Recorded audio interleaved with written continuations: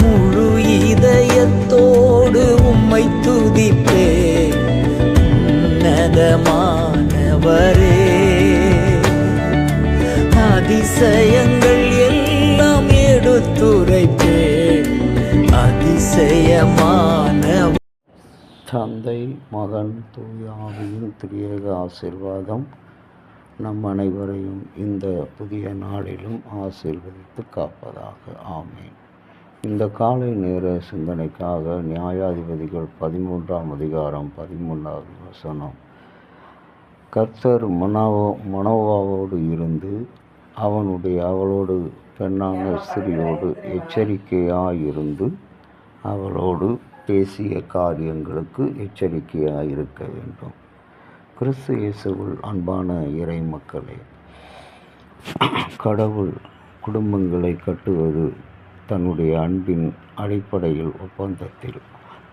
Manoah தன் மனைவியோடு தேவதூதன் சொன்ன வார்த்தைகளை மனைவிக்கு சொன்னதை கேட்க அவளை நோக்கி பின்தொடர்ந்து போய், நீ சொன்னபடி என்ன நடக்க வேண்டும், எப்படி நடக்க வேண்டும் என்று மீண்டும் எனக்கு வெளிப்படுத்த வேண்டும் என்று மனோவா தூதனிடம் கேட்கிறான். அப்பொழுது தூதனானவன் சொல்கிற வார்த்தை தான் இந்த திருமொழி. அவள், நான் உன் மனைவியோடு சொன்ன அந்த வார்த்தைகளுக்கெல்லாம் நீ எச்சரிக்கையாயிருந்து அந்தபடியே எச்சரிக்கையாயிருக்க வேண்டும் என்று சொல்லி அழைக்கிறார். அன்புக்குரிய இறை மக்களே, கடவுளுடைய திருக்கரத்திலே நீங்களும் நானும்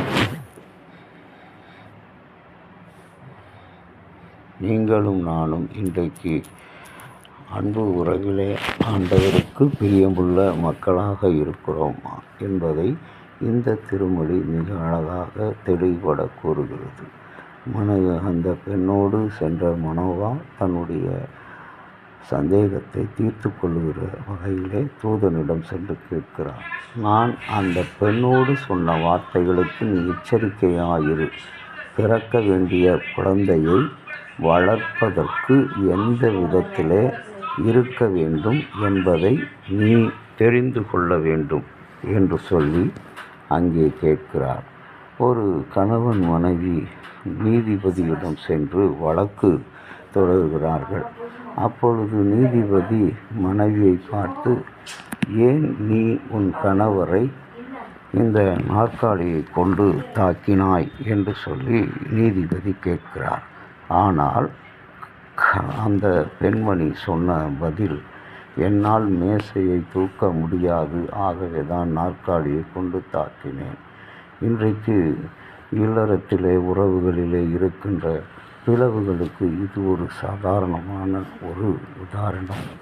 அன்பு கடவுளுடைய பிள்ளைகளை, இன்றைக்கு கிறிஸ்து தான் கடவுளாக திருச்சபை மனவாட்டியாக உருவகப்படுத்தி சொல்லுகிற இந்த வாழ்க்கையிலே அந்த கிறிஸ்துவும் மனவாட்டியும் திருச்சபையும் ஒன்றாக இருக்கும் பொழுது அந்த திருச்சபை மேன்மை பெறும், உறவு வளரும், உரிமைகள் பெருகும், அன்பு வளரும், அதிகம் ஆசைகள் இருக்காது, அதிகாரம் அங்கு இருக்காது, ஆணவம் இருக்காது. அப்படிப்பட்ட சிறந்த குடும்பங்களாக இன்றைக்கு மனோவாவினுடைய குடும்பத்தை கர்த்தர் நமக்கு உதாரணமாக கொடுத்திருக்கிறார். தேவதூதன் என்ன சொல்கிறானோ அந்த வார்த்தையின்படி எச்சரிக்கையாயிருந்து இன்றைக்கு நாமும் கூட நம்முடைய அன்றாட ஜீவியத்தில் தேவ தரிசனத்தை பெற்றவர்களாக தேவ சித்தத்தை நன்றாய் அறிந்து கொள்ளும்படியாக இந்த நாளை நாம் துவங்குவோம். கர்த்தர் இந்த நாளை நம் அனைவருக்கும் ஒரு சிறந்த தரிசனம் பெற்ற நாளாக, குடும்பங்களில் இன்றைக்கு தரிசனம் இல்லாததுதான் அநேக பிரச்சனைகளுக்கும் கஷ்டங்களுக்கும் பாவங்களுக்கும் துன்மார்க்கமான ஜீவியத்துக்கும் காரணமாக அமைந்து விடுகிறது. ஆகவே அன்புக்குரிய இறை மக்களே, நம்முடைய குடும்பங்களை இந்த மனோவா போல தரிசனத்தோடு தேவதூதன் என்ன சொல்கிறான், என்ன செய்தி கொடுக்கிறான் என்பதை நாம் சிந்தையிலே, நம்முடைய சொல்லிலே, செயலிலே நாம் அறிந்து கொள்ளக்கூடிய பிரகாசமுள்ள இருதயத்தை, பிரகாசமுள்ள சிந்தனையை கடவுள் நமக்கு தர இந்த நாளை ஒப்பு கொடுத்து செபிப்போம். கடவுள் நம்மை ஆசீர்வதிப்பாராக. ஆமேன். அன்பு நிறைந்த இயேசு சுவாமி, உம்முடைய தரிசனங்கள் இல்லாத இடத்திலே ஜனங்கள் சீர்கெட்டு போவார்கள், சிதறி போவார்கள்.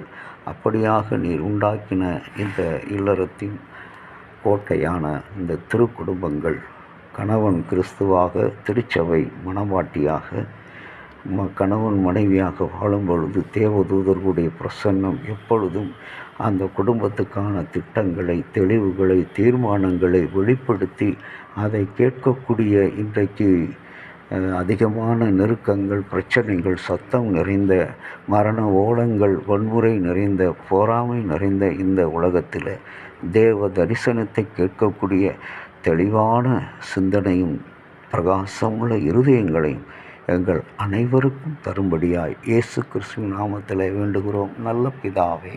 ஆமேன். தந்தையாகிய கடவுளின் அன்பும் மைந்தராகிய